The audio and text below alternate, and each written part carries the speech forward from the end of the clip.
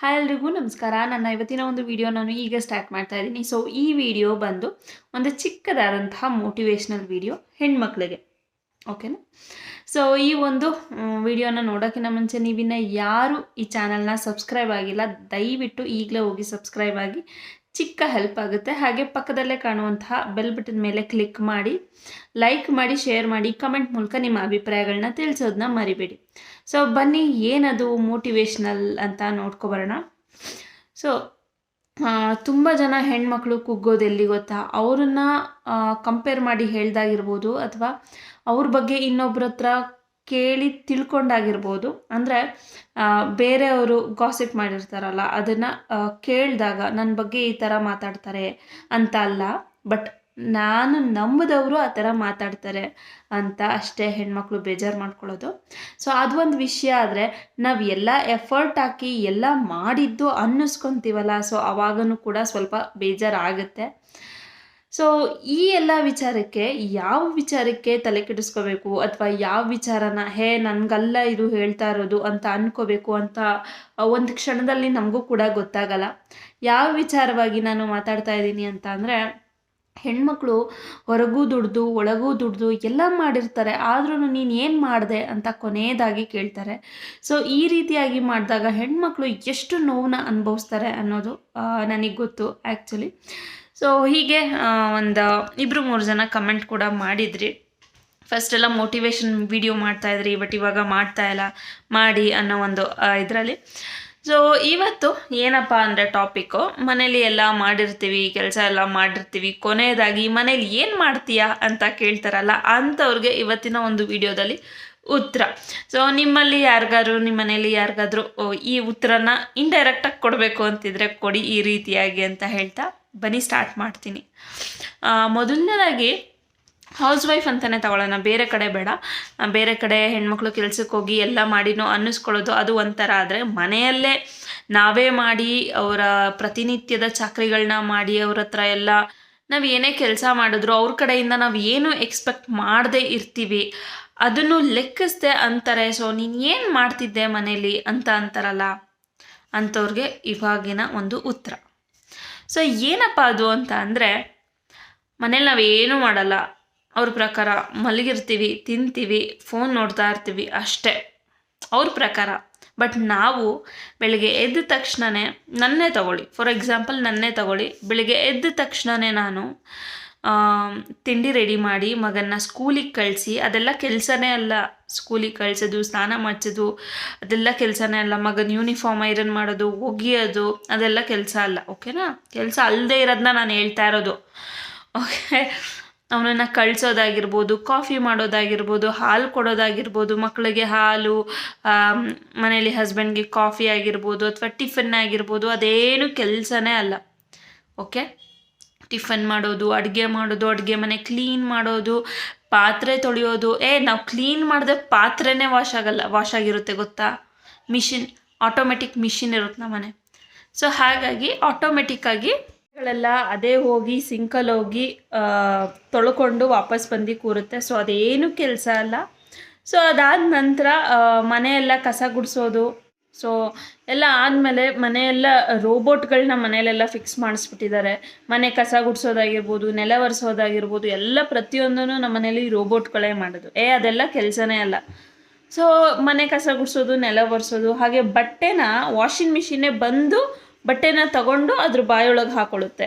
So ಬಟ್ಟೆ ಮಿಷಿನ್ಗೆ ಅದಾಗೆ ಅದು ಬಂದು ಹಾಕ್ಕೊಂಡು ಹೋಗುತ್ತೆ, ಆಯಿತಾ? ಆಮೇಲೆ ಅದೇ ಒಣಗಾಕುತ್ತೆ.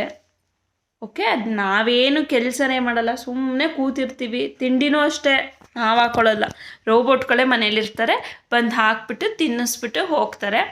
ಸೊ ವಾಷಿಂಗ್ ಮಿಷಿನಲ್ಲಿ ಬಟ್ಟೆನೂ ತಾನೇ ತೆಗೆದು ತಾನೇ ಒಣಗಾಕುತ್ತೆ. ಒಂದ್ಸಲಿ ಇಮ್ಯಾಜಿನ್ ಮಾಡ್ಕೊಳ್ಳಿ, ಓಕೆನಾ? ನಾವು ಸುಮ್ಮನೆ ಕೂತಿರ್ತೀವಿ, ಅದೆಲ್ಲ ಅದೇ ಕೆಲಸ ಆಗುತ್ತೆ ಅಂತ. ಓಕೆ, ಬಟ್ಟೆನೂ ಅದೇ ಒಣಗಾಕುತ್ತೆ, ಬರುತ್ತೆ, ಅದೇ ರೋಬೋಟೇ ಬರುತ್ತೆ, ಮಡಚಿಬಿಟ್ಟು ಎತ್ತಿಡುತ್ತೆ. ನಾವೇನು ಮನೇಲೇ ಕೆಲಸ ಮಾಡಲ್ಲ, ಡೈಲಿ ಒಂದೊಂದು ಬಟ್ಟೆ ತೆಗೆದು ಹಾಕ್ತಿರ್ತೀವಿ. ಅದನ್ನು ಒಗೆಯೋರು ಯಾರು? ರೋಬೋಟ್ಗಳೇ, ನಾವೇನು ಒಗೆಯಲ್ಲ ಅಲ್ವಾ? ಮಕ್ಕಳಿಗೆ ಸ್ನಾನ ಮಾಡಿಸೋಕ್ಕೂ ರೋಬೋಟ್ಗಳೇ ಇದೆ, ಹಾಗೆ ಮಕ್ಕಳಿಗೆ ಬಟ್ಟೆ ಹಾಕೋಕ್ಕೂ ರೋಬೋಟ್ಗಳೇ, ಮಕ್ಕಳು ಬಟ್ಟೆಗಳನ್ನ ಒಗೆಯೋಕ್ಕೂ ರೋಬೋಟ್ಗಳೇ ಇದ್ದಾವೆ, ಹಾಗೆ ಮಕ್ಕಳಿಗೆ ಊಟ ತಿನ್ಸೋಕ್ಕೂ ರೋಬೋಟ್ಗಳೇ ಇರೋದು. ಸೊ ನಾವೇನು ಮಾಡಲ್ಲ, ಮಕ್ಕಳನ್ನ ನೋಡ್ಕೋತಿಲ್ಲ, ಮನೇನ ಮೇಂಟೈನ್ ಮಾಡ್ತಿಲ್ಲ, ಸುಮ್ಮನೆ ಕೂತಿದ್ದೀವಿ. ಈಗ ಜನಗಳು ಹೇಗೆ ಮಾತಾಡ್ತಾರೆ ಅಂತ ಅಂದರೆ, ಅವಳು ಏನು ಮಾಡ್ತಾಳೆ, ಯಾವಾಗೂ ಫೋನ್ ಇಟ್ಕೊಂಡು ಮಲಗಿರ್ತಾಳೆ ಅಂತಾರೆ. ಬಟ್ ಇವೆಲ್ಲ ಅವ್ರು ಬಂದು ಮಾಡಿಕೊಡ್ತಾರಾ?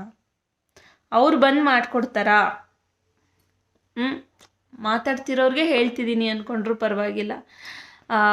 ನಮ್ಮಿಂದ ಬೇರೆಯವ್ರಿಗೆ ಒಳ್ಳೇದು ಮಾಡೋಕ್ಕಾಗಲಿಲ್ಲ ಅಂದರೂ ಪರವಾಗಿಲ್ಲ, ಆದರೆ ಹರ್ಟ್ ಮಾಡಬಾರ್ದು. ಸೊ ಇದು ನನ್ನ ಪರ್ಸ್ನಲ್ ಎಕ್ಸ್ಪೀರಿಯನ್ಸ್ ಅಂತಲೇ ನಾನು ವೀಡಿಯೋ ಮಾಡ್ತಾಯಿದ್ದೀನಿ. ಯಾಕೆ ಅಂತಂದರೆ ನಾನು ಹಲವಾರು ಜನದ ಬಾಯಲ್ಲಿ ಕೇಳಿದ್ದೀನಿ. ಯಾಕಂದರೆ ಅವರೆಲ್ಲ ನಮ್ಮ ಮನೆ ಬಂದು ಕೆಲಸ ಮಾಡಿಕೊಟ್ಟಿಲ್ಲ, ನಾನು ಮಾಡಿ ಮನೆಯೆಲ್ಲ ಮೇಂಟೈನ್ ಮಾಡ್ತಾ ಇರೋದು. ಸೊ ಇದರಿಂದ ನಾನು ಏನು ಹೇಳೋಕ್ಕೆ ಇಷ್ಟಪಡ್ತೀನಿ ಅಂದರೆ, ಮನೇಲಿ ಸುಮ್ಮನೆ ಕೂತ್ಕೊಂಡು ಫೋನ್ ನೋಡ್ಕೊಂಡಿದ್ದೀವಿ ಅಥವಾ ತಿನ್ಕೊಂಡು ಉಣ್ಕೊಂಡು ಸುಮ್ಮನಿದ್ದೀವಿ ಅಂತ ಅಂದ್ಕೋಬೇಡಿ. ಹಾಗೆ ಮನೇಲೂ ಹೊಸದಾಗಿ ಮದುವೆ ಮಾಡ್ಕೊಂಡು ಬಂದಿರೋ ಹೆಣ್ಮಕ್ಳಿಗೂ ಇದೇ ಥರ ವಾಕ್ಯಗಳು ಎಲ್ಲ ಬರ್ತಾ ಇರುತ್ತೆ. ಸೊ ಅವರು ಕೂಡ ಅವ್ರ ಸುತ್ತಮುತ್ತ ಗಲೀಜು ಆ ರೀತಿಯಾಗಿ ಇದ್ದರೆ ಅವರು ಕೂಡ ಸಹಿಸಲ್ಲ ಹೆಣ್ಮಕ್ಳು. ಹಾಗೆ ಇನ್ನೊಂದು ವಿಷಯ ಹೆಣ್ಮಕ್ಳಿಗೆ ಏನಪ್ಪ ಅಂತ ಅಂದರೆ, ಇವರು ಈ ಥರ ತೆಗ್ಲಿರ್ತಾರೆ, ಒಂದು ಕಾಲದಲ್ಲಿ ಬೈದಿರ್ತಾರೆ, ಎಲ್ಲ ಮಾಡಿರ್ತಾರೆ. ಬಟ್ ಒಂದೇ ಒಂದು ಕ್ಷಣಕ್ಕೆ ಅವ್ರು ಏನಾದ್ರು ತಂದುಕೊಟ್ರು ಅಂದ ತಕ್ಷಣವೇ ಅಬ್ಬಾ ನೀನೇ ಚಿನ್ನ, ನೀನೇ ರತ್ನ ಅಂತ ಅಂದ್ಕೊಳ್ಳೋದು.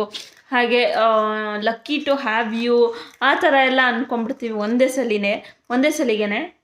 ಬಟ್ ನಾವಲ್ಲಿ ಏನು ತಪ್ಪು ಮಾಡ್ತೀವಿ ಅಂತ ಅಂದರೆ, ನಾವೂ ಹೆತ್ತ ತಂದೆ ತಾಯಿಗಳನ್ನ ಬಿಟ್ಟು ಬಂದಿರ್ತೀವಿ, ಇವ್ರ ಫ್ಯಾಮಿಲಿಗೆ ಅಂತ ಆ್ಯಡ್ ಆಗಿರ್ತೀವಿ, ಗಂಡನ ಫ್ಯಾಮಿಲಿಗೆ ಅಂತ ಅಥವಾ ಬೇರೊಂದು ಮನೆಗೆ ನಾವು ಬಂದಿರ್ತೀವಿ ಅಂತ ಅಂದರೆ ಅವ್ರ ಮನೆಗೋಸ್ಕರ ನಾವು ಬಂದಿರ್ತೀವಿ ಹೊರತು ನಮಗೋಸ್ಕರ ನಾವು ಬಂದಿರಲ್ಲ ಅಲ್ವಾ.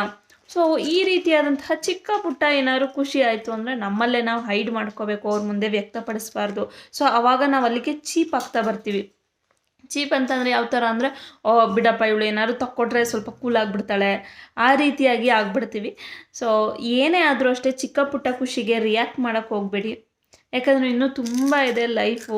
ಈ ಚಿಕ್ಕ ಪುಟ್ಟ ಖುಷಿನೇ ರಿಯಾಕ್ಟ್ ಮಾಡೋದು ಅವ್ರ ಮುಂದೆ, ನಮ್ಮನ್ನು ನಾವು ಓಪನ್ ಅಪ್ ಮಾಡ್ಕೊಂಬಿಡೋದು ಮಾಡಿಬಿಟ್ರೆ ಅವ್ರ ಕಣ್ಣಲ್ಲಿ ನಾವು ತುಂಬ ಕೆಳಗೆ ಹೋಗ್ಬಿಡ್ತೀವಿ.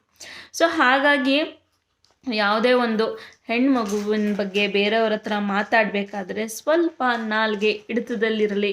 ಮಾತಾಡೋರು ಯಾರು ವಿಡಿಯೋ ನೋಡ್ತಾ ಇದ್ದರೆ ಅಥವಾ ಮಾತಾಡೋರು ಅಂದರೆ ಅವರ ಬಾಯಿ ಅಥವಾ ಅವ್ರ ಮಾತಿಗೆ ತುತ್ತಾಗಿರೋರು ಏನಾದ್ರು ನನ್ನ ಚಾನಲ್ನಲ್ಲಿ ವಿಡಿಯೋನ ನೋಡ್ತಾ ಇದ್ದರೆ ತಲೆ ಕೆಡಿಸ್ಕೋಬೇಡಿ. ಯಾಕಂದರೆ ಅವರು ಮೂರನೇ ವ್ಯಕ್ತಿಗಳು ನಮಗೆ, ಓಕೆನಾ. ಮೂರನೇ ವ್ಯಕ್ತಿಗಳಿಗೆ ಹೇಳಿದರೆ ಮೂರನೇ ವ್ಯಕ್ತಿ, ಇಲ್ಲ ಮನೆಯವರೇ ಹೇಳಿದರು ಆ ಮಾತುಗಳನ್ನ ಅಂತ ಅಂದರೆ ತಲೆನೇ ಕೆಡಿಸ್ಕೊಳ್ಳೋಕೆ ಹೋಗ್ಬಿಡಿ, ಓಕೆನಾ. ಬೊಗಳೋ ನಾಯಿಗಳು ಬೊಗಳುತ್ತಾ ಇರಲಿ ಅಂತ ಬಿಟ್ಬಿಡಬೇಕು, ಓಕೆ. ಬೊಗಳೋ ನಾಯಿ ಬೊಗಳುತ್ತಾ ಇರಲಿ ಅಂತ ಬಿಟ್ಬಿಟ್ಟು ನಮ್ಮ ದಾರಿ ಏನು ಅದನ್ನು ನೋಡ್ಕೊಳ್ತಾ ಹೋಗಬೇಕು ಅಂತ ಹೇಳ್ತಾ ಇವತ್ತಿನ ಈ ಚಿಕ್ಕ ವಿಡಿಯೋನ ನಾನು ನಿಮ್ಮ ಜೊತೆ ಶೇರ್ ಮಾಡ್ಕೊತಿದ್ದೀನಿ. ಈ ಒಂದು ಪ್ರಾಬ್ಲಮ್ಸ್ನ ತುಂಬ ಜನ ಫೇಸ್ ಮಾಡ್ತಾ ಇದ್ದಾರೆ. ಇದು ನಂದು ಅರ್ಧ ಭಾಗ ಪರ್ಸ್ನಲ್ಲು, ಇನ್ನು ಅರ್ಧ ಭಾಗ ನೋಡಿರೋ ಅಂಥದ್ದು ಹಾಗೆ ಕೇಳಿರೋ ಅಂಥದ್ದು. ಸೊ ಹಾಗಾಗಿ ಈ ವಿಡಿಯೋನ ಮಾಡ್ತಾ ಇದ್ದೀನಿ. ಪರ್ಸ್ನಲ್ ಒಪಿನಿಯನ್ ಕೂಡ ಹಾಗೆ ಪಬ್ಲಿಕ್ ಒಪಿನಿಯನ್ಸು ಅಂತ ಅನ್ಕೋಬೋದು ನೀವು. ಇಷ್ಟ ಆದರೆ ಗೊತ್ತೇ ಇದೆ, ಲೈಕ್ ಶೇರ್ ಕಮೆಂಟ್ ಮಾಡ್ತಾ ನಿಮ್ಮ ಅಭಿಪ್ರಾಯಗಳನ್ನ ತಿಳಿಸಿ, ಹಾಗೆ ಸಬ್ಸ್ಕ್ರೈಬ್ ಆಗೋದನ್ನ ಮರಿಬೇಡಿ. Thank you so much.